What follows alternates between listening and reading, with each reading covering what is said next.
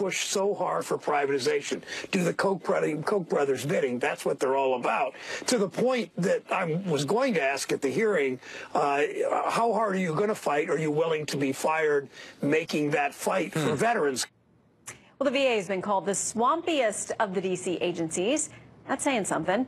Even Democrats like Senator Brown questioned ousted Administrator David Shulkin's efforts to try to reform it. So let's talk about it with North Carolina Congressman Mark Walker, chairman of the Republican Study Committee. Great to see you tonight. Always a privilege. Okay, so let's talk about this issue with Dr. Jackson. First of all, I know on the House side you don't have to play a part in confirming him, but how concerned are you about the allegations swirling around and now questions arising about whether he's going to get to a confirmation hearing? Well, any kind of allegations as members of Congress, whether you're in the House or Senate, are something that we should take serious. However, we've seen a pattern of character assassination that's happened for many of these nominations to be confirmed. But I look back at President Obama's. Ed Henry mentioned the 2016 remarks. President Obama also in 2014 gave great praise to the doctor as far as how he had connected and traveled with his family. So this wasn't just a one-time. President Obama said over the years that this gentleman performed great service. So it's interesting this information only comes out now. It is something that needs to be vetted, but I believe from what I've seen, this is a man of character. Time will tell. It will, and he says he's looking forward to the hearing. He wants to get in there and answer the questions, so he's anxious to rebut what's being said about him. In the meantime, a number of prominent Democrats in the Senate have said it's complete no-go for him if he's going to be for privatizing in any way the Veterans Administration. You heard from Senator Sherrod Brown there. Here's a little bit more about what he had to say about whether the vets want that or not. I don't know any veterans, organizations or individual veterans, the hundreds of veterans I talk to pretty regularly in Ohio. I don't know of any that thinks that privatizing the VA does anything except enrich the owners of the new privatized VA and compromise the care of veterans. What do you make of this? Because this is a litmus test for a lot of these Senate Democrats. It is. There are pros and cons to privatizing the VA. Some of the bureaucracies have infiltrated some of these organizations, so sometimes they're a little slanted. Could you be able to cut costs, maybe even to shorten the times? You could. But remember, veterans have served the federal government, so ultimately it is the federal government's responsibility. If you push that off to the private sector, that could create additional problems. Is it in need of some reform? There are some great reforms. 2017, we've added to the Veterans Choice Act, which allows after 30 days for these veterans to be able to have quick care. We saw back in the Obama administration some very strong horror stories over that time. So in members of the House and the Senate, we continue to try to improve, but it is a big leap to go to the privatization at this point. Well, and I saw an interesting stat today. I'd heard some numbers thrown around, but we looked at this in this study by the Military Times, saying that last year about a third of all medical appointments were at sites outside the Veterans Health Administration. They say in some part this is already happening simply because the VA is so overwhelmed. Numbers of people, 10 different people, either on a permanent or interim basis over the last 10 years or so, have headed up this agency, many of them coming in with great promise and bipartisan support. Why is it so hard for our veterans to get this right? Well, I believe we've not had the proper legislation that held people accountable. We recently passed legislation in 2017, again under this administration, that allowed us for the very first time to go after employees that weren't doing their job. I believe the last record that we've counted, 1,873 employees have either been fired, removed, or demoted in 1 year. Part of our RSC budget that we're adding to that is to expand that to all federal employees. Imagine that federal employees in these agencies that are part of the swamp actually have to do their job during the day instead of being protected by federal law. Well, a lot of folks would like to see that. They'd like to see just fewer federal employees altogether, and they've often talked about how hard it is if somebody has legitimately done something wrong. It's still difficult to make sure they get through the disciplinary process and have real accountability. Shannon, there's no question about that. Serving on the House Oversight Committee, I remember we brought in witnesses that had observed whistleblowers of people watching certain websites all day long and not really doing their job, but there was no accountability. What we're trying to do is expand the Whistleblower Act to increase and to add across the line to all federal agencies. That way we can hold more of these federal employees accountable. Congressman and RSC Chairman, great to have you with us tonight. Thanks for stopping in. Always a privilege. Thank you. All right, the latest addition to the president's legal team has been very vocal about letting special counsel Robert Mueller do his job. And tonight, there are new indications that could include an interview with the president himself. Kristen Fisher is tracking all of the latest developments, including a surprise meeting between former New York Mayor Rudy Giuliani and Robert Mueller. What can you tell us, Kristen? That's right. Hey, Shannon. Well, when Rudy Giuliani joined the president's legal team last week, it wasn't clear what exactly his role would be. But now it appears that he'll be taking point with Robert Mueller. Sources tell Fox News that he's taken over discussions with the special counsel about a possible interview of President Trump. And the negotiations remain ongoing even after that FBI raid on the president's personal attorney, Michael Cohen. And that raid is said to have really rattled the president, making him much more resistant to sitting down with the special counsel. And remember, this is the very issue that reportedly divided the president and his former lead attorney, John Dowd. Part of the reason Dowd resigned was because he believed an interview with Mueller was too risky, and it appeared that the president was poised to ignore that advice. Then the Cohen raid happened. Well, then 10 days later, Giuliani joined the president's legal team on the Mueller probe, working alongside Ty Cobb, Jay Sekulow, and 2 other attorneys.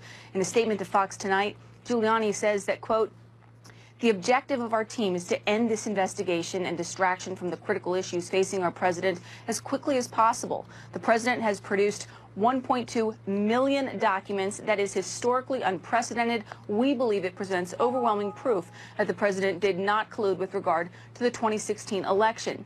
If anything else is needed, we will consider it if there is an open mind as to the merits." So it would appear that last sentence, is a direct reference to a possible interview of Trump by Mueller. As for that first sentence about ending the investigation, well, that is exactly why White House officials say they're so excited that Giuliani joined the team. We think that given the fact that there's been so much time and money and energy spent on trying to prove Russian collusion, and there's simply no evidence for it, that, maybe Rudy Giuliani can, figure out a way to move this investigation toward its end. As for whether the president should fire Mueller or the deputy attorney general, Giuliani's been very vocal that both should be allowed to do their jobs. He just wants the investigation to end, and soon, Shannon. Okay, Kristen Fisher, thank you for all the new details. Well, Michael Cohen, the president's personal lawyer, is planning on asserting his Fifth Amendment right against self-incrimination in a civil suit brought by adult film performer Stormy Daniels. She says she had a one-night stand with President Trump in 2006, and she wants a non-disclosure agreement invalidated, although she's pretty much told the story everywhere. Cohen's lawyer says a separate criminal investigation overlaps with the issues in the lawsuit brought by Daniels, so his client needs to protect himself legally. Daniels' attorney calls Cohen's pleading the Fifth a stunning development. Well, during a town hall tonight, fired FBI Director James Comey confirmed that the DOJ Inspector General is taking a look at how he handled his memos detailing conversations with the president. Comey insists he didn't break the law. I mean, is it okay for somebody at the FBI to leak something, an internal document, even if it's not classified? Isn't that leaking? Well, there's a whole lot wrong with your question, Anderson. I think of a leak as an unauthorized disclosure of classified information. Really? That's it? There was nothing protected about this. It wasn't classified. It wasn't privileged. Well, about those memos, new questions tonight over Comey's friendship with a Columbia law professor, as Fox News has learned that professor also had a special arrangement with the FBI. Chief Intelligence Correspondent Catherine Herridge reports on whether a line may have been crossed. Catherine? In an email to Fox News, Columbia law professor Daniel Richman confirmed he worked for then FBI Director James Comey as a special government employee, known by the shorthand SGE, on an unpaid basis. Sources familiar with Richman's FBI work said Comey assigned him to special projects. He had a security clearance as well as badge access to the building.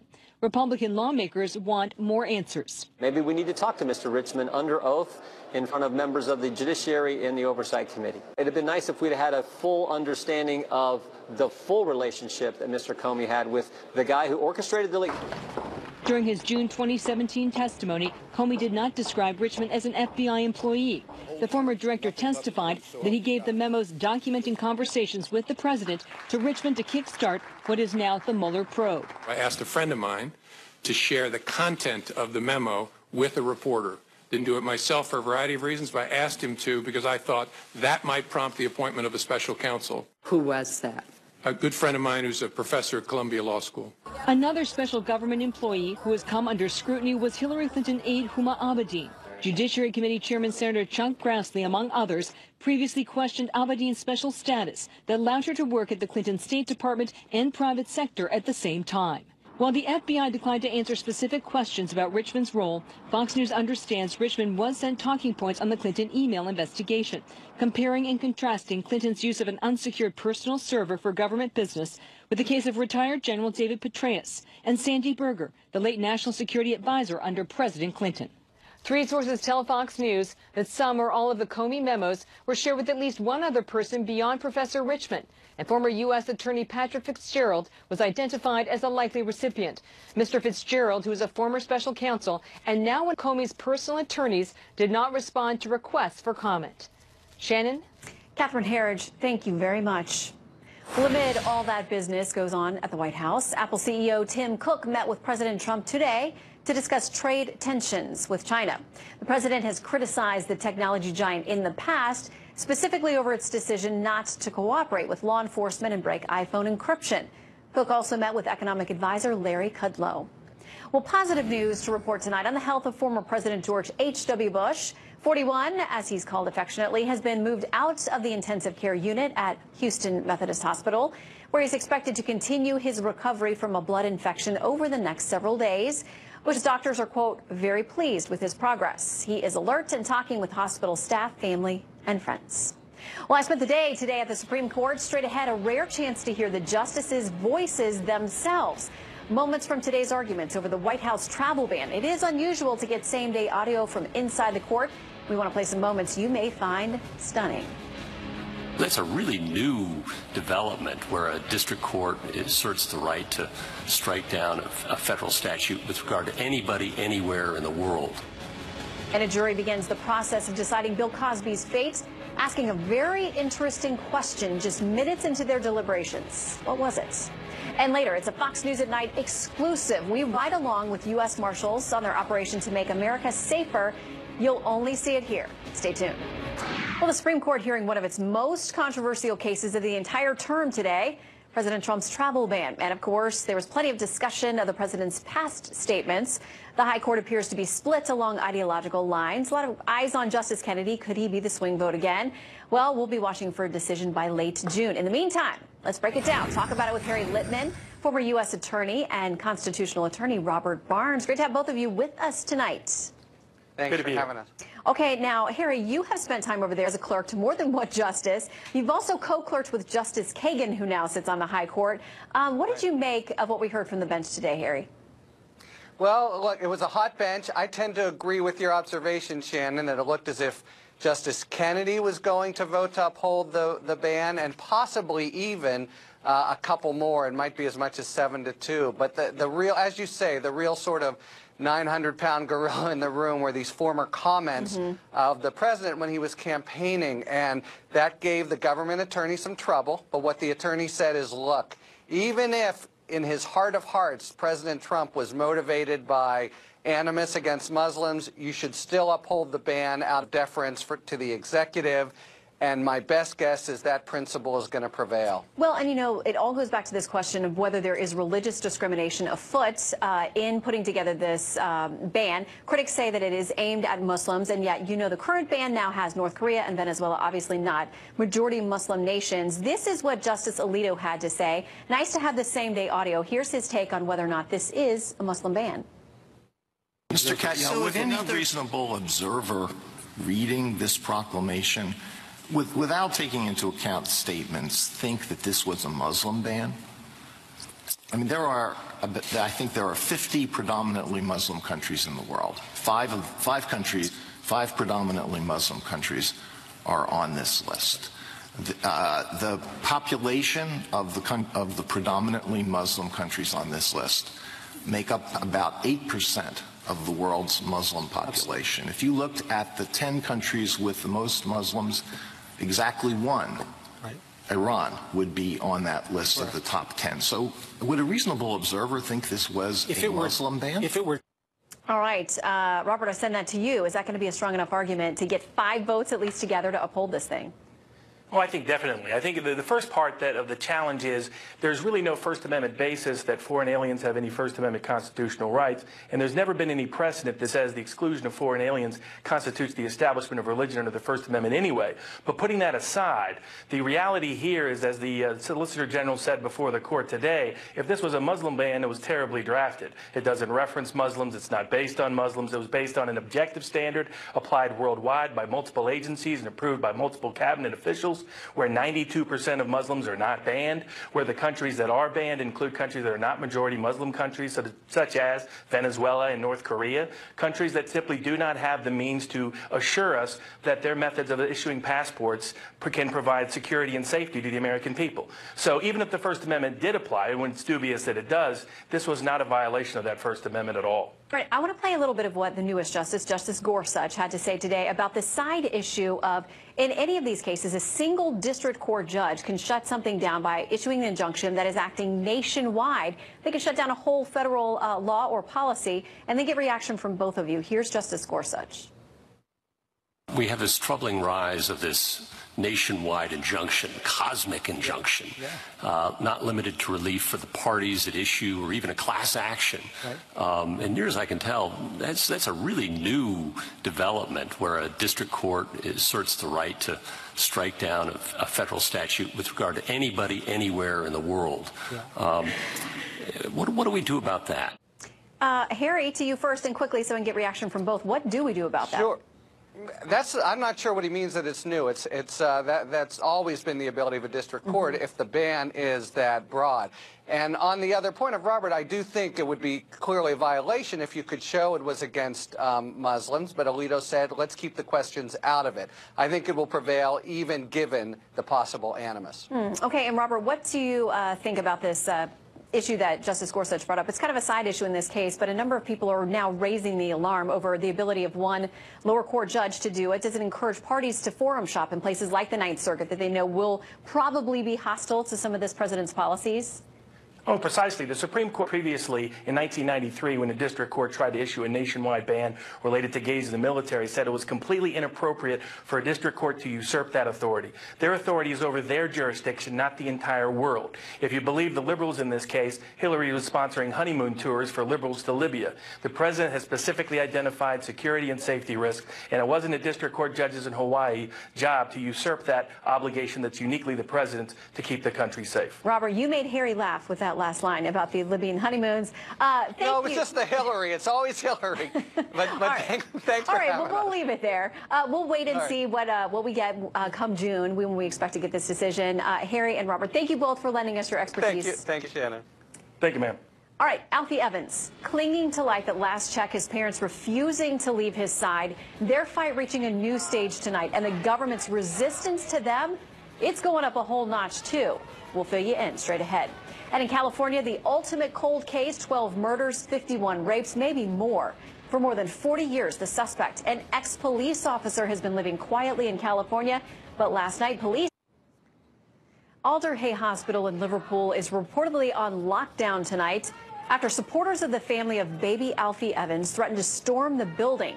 Their reaction to yet another legal defeat earlier in the day.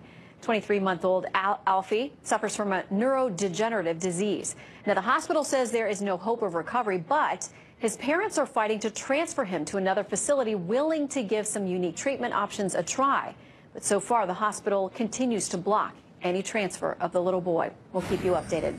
A major development in a decades-old case. Officials in California announcing today they arrested the man they believe is the Golden State Killer.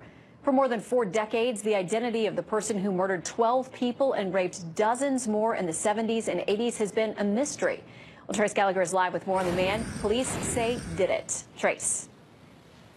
Shannon, the investigation has been active now for 42 years, and Joseph James DeAngelo's name was never mentioned until 6 days ago. The 72-year-old suspect has lived unbothered in a Sacramento suburb for more than 3 decades. And when the majority of the 45 rapes and 12 murders happened, DeAngelo was a police officer. But he was fired from law enforcement for shoplifting a hammer and a can of dog repellent. He never contested his termination, and experts say that's likely because he wanted to avoid a deeper investigation.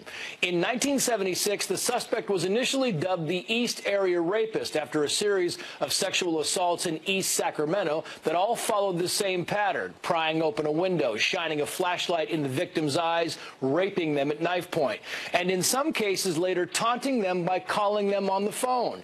In 1979, the same year, Joseph DeAngelo left law enforcement in Northern California. A string of rapes and murders began happening in Southern California. Police called that suspect the Night Stalker. In 2001, with advances in forensic technology, investigators found the DNA from crimes committed by the Night Stalker matched the DNA from the East Area Rapist. Then last week came the needle in the haystack. Watch.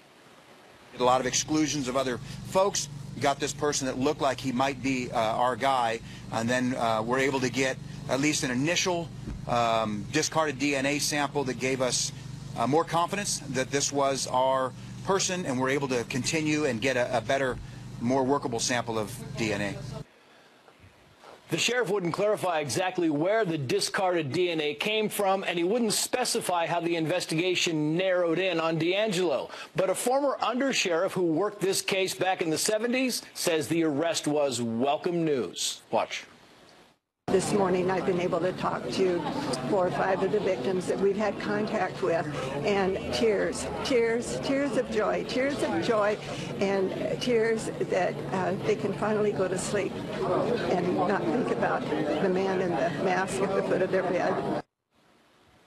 A current best-selling book about the Golden State Killer by the late crime writer Michelle McNamara renewed interest in the case, but it did not offer new evidence. Joseph DeAngelo was initially charged with 2 counts of homicide. Now it's 6, and we expect the number to go up. Shannon. It's absolutely stunning. All right, Trace, thank you for updating us. Yep. Bill Cosby's fate now in the hands of a dozen jurors. 7 men, 5 women are deliberating in the actor-comedian's sex assault retrial. Cosby facing 3 counts of aggravated indecent assault. Each one carries a maximum sentence of 10 years in prison. Prosecutors say Cosby drugged and molested a woman at his home outside Philadelphia back in 2004. Brian Yennis is tracking the case for us tonight. Shannon, Bill Cosby's fate is now in the hands of the jury. Cosby is accused of sexually assaulting Andrea Constand at his home in January of 2004. She was an operations manager with Temple University's women's basketball team. Cosby was a university trustee. The 80-year-old comedy icon faces 3 felony indecent aggravated assault charges, and if convicted, faces up to 30 years in prison. Constand alleges that Cosby invited her to his home, gave her 3 blue pills, and then sexually assaulted her. Cosby admits that the two had sexual contact, but he says it was consensual. The defense contends the blue pills were Benadryl. Cosby's defense is now led by celebrity lawyer Tom Mesereau, who famously defended Michael Jackson. This retrial took a decisively combative tone. In court, he's called Constand a pathological liar, a con artist, and a gold digger. In 2006, Cosby paid Constand $3.4 million in a civil settlement. The defense even blasted Constand for not going to a doctor after the alleged rape. Questioning an accuser is not shaming a victim. These accusations are ridiculous. The prosecution argued that Cosby has a pattern of using his celebrity to betray the trust of women. In this retrial, 5 other accusers were allowed to testify, including former supermodel Janice Dickinson. Dickinson told the court Cosby gave her a blue pill and sexually assaulted her in 1982. This is the first test since the Me Too movement. This is going to be the first answer to my question, which is, how many women does it take before one woman is believed? Last summer, the case ended in a mistrial. That jury deliberated for 5.5 days, 52 hours, and was hopelessly deadlocked. Shannon? Brian Yennis, thank you very much. We'll wait on that jury now. We'll stick around for Fox News at Night exclusive. Jillian Turner got access to an elite team of law enforcers trying to make America's borders safe again. She's got an insider report you do not want to miss. Plus, we look at the Trump administration's next move after a judge ruled, hey, guess what? It's time to start adding new dreamers to the rolls. We're going to give you a rare look into Operation Triple Beam.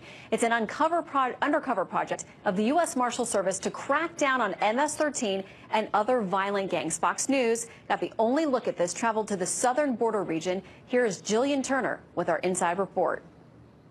So hopefully it's going to be a one-stop shop.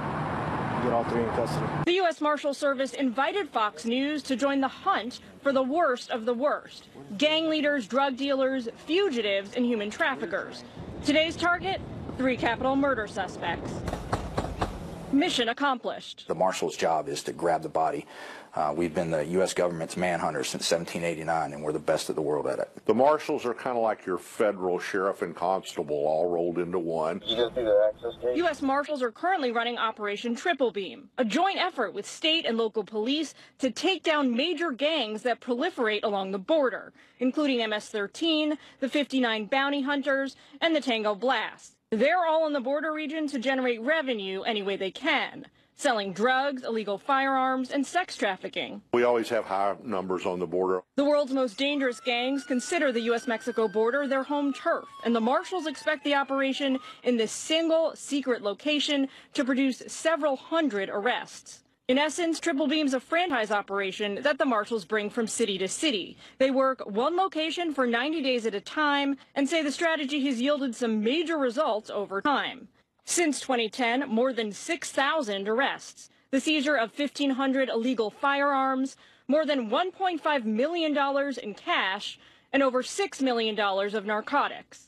Fox News was on the scene with the team as this crack bus went down in a parking lot known to be a favorite spot for local dealers. The acting deputy director of the Marshals explains the mission is spread out across the country in order to rout out gang members wherever they are.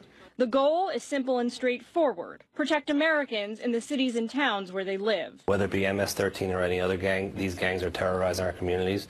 The Marshals also claim they strive to stay outside the fray of Washington politics. The deputy director tells Fox News his focus is on what communities need, and that the Marshals execute their mission without focusing on the citizenship status of the people they protect. They're just in it to get the bad guys. Shannon? It's a lot of hard work. Jillian, thank you very much. Well, yet another federal judge ruling against the Trump administration on those hundreds of thousands of so-called dreamers, young immigrants whose status isn't clear thanks to an Obama-era executive order. Well, the Trump administration says it's not legal. Now the White House has 90 days to better explain its legal position on DACA, or else it's actually going to have to start accepting new applicants. Attorney General Jeff Sessions was asked about the ruling earlier today. Wouldn't it make sense for the administration to revisit the bipartisan DACA compromise that was proposed earlier this year? DACA was basically rejected by Congress. Congress did not pass it. And the president had said repeatedly he could not do it on his own. So let's bring in tonight's panel. Fox News contributor and syndicated radio host Leslie Marshall and radio host Larry O'Connor. Great to have you both with us tonight. Hi, Shannon. Thank you for having me. Okay, so unlike the 2 other judges who've ruled against the administration and saying you can't shut down the DACA program, this judge says you actually have to reopen it, and within 90 days you got to start taking new applications or else. What do you make of it, Larry? Yeah, DACA wasn't legislation from Congress signed into law by Barack Obama. It wasn't a constitutional amendment. It wasn't even an executive order. It was a memo. It was a memo, and for a federal court to decide that a new president can't reverse a memorandum from the prior president, why don't we just suspend all elections now? We don't need presidents. We'll just have somebody be there, a caretaker for everything that Barack Obama did, because we can't change anything. It's ridiculous. All right, well, Congressman Goodlatte, who is the chair of the House Judiciary Committee, said this, much as Larry did. The DACA program was unilaterally created by the Obama administration in a memo penned by former Homeland Security Secretary Napolitano. Just as easily as it was issued, it can be rescinded. Presidential policy is not set in stone and often changes from one administration to the next. But Leslie, so far, 3 judges do not agree. Well, yes, there are 3 judges that don't agree, and we might note that the 3rd was a George W. Bush appointee, and that is a Republican president. So this is not partisan. What he is saying is, look, you have 90 days to tell me the specifics with regard to criminality. Jeff Sessions in the Department of Justice in the past and even recently have said this has to do with the issue of national security and protecting and securing our borders, where we're talking about 690,000 individuals approximately who are already within our borders, who we know we don't have the means and the finances to deport, if you will, and to constantly say, oh, Congress isn't passing it. Of course they haven't passed it because they constantly have other line items like the wall attached to such pieces of legislation. Okay, here's a little bit more of what the judge said. He said neither the meager legal reasoning nor the assessment of litigation risk provided by DHS to support its rescission decision, that's to get rid of DACA, is sufficient to sustain termination of the DACA program. But Larry, at this point, if these judges are going to keep ruling in favor of DACA and not only to keep it alive, but to renew it and take new applications, what kind of motivation is there going to be for Democrats to go back to the table and negotiate? Well, no, and listen, this is going to go to the Supreme Court, and don't forget there's still a lawsuit against the constitutionality of DACA in the first place because Barack Obama overstepped his bounds by actually trying to write in legislation via the executive branch, which he couldn't do. But the fact that this was a George W. Bush appointee is meaningless. In fact, it reinforces the fact that something really scary is going on in our federal courts right now. If this judge wants to write law, he should run for office. But the judicial branch is not supposed to do this sort of thing and overstep their bounds. You know how I know this is a bad decision? Because when Hillary Clinton was running for president, it was only a year and a half ago, she was running saying, don't elect Donald Trump, he'll reverse DACA. Barack Obama was on the stump saying, don't elect Donald Trump, he'll reverse DACA. They weren't sitting there saying, oh, don't worry, it can't be reversed because it would be unconstitutional. Okay. This obviously is something that can be reversed by this president. Let's give a quick final word here to Leslie. I mean, do Republicans now have more motivation to get to the table and try to make a deal on DACA? Because if not, it looks like the judge is going to reopen the floodgates.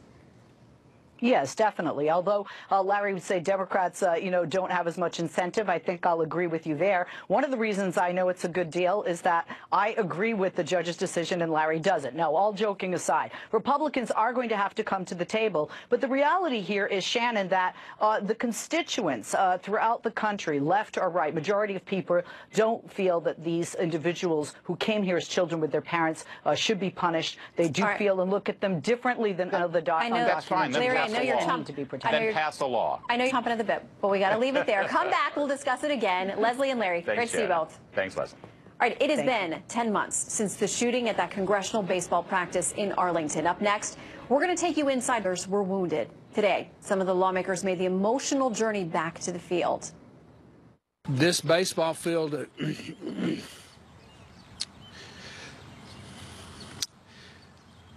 I think it epitomizes what makes America great.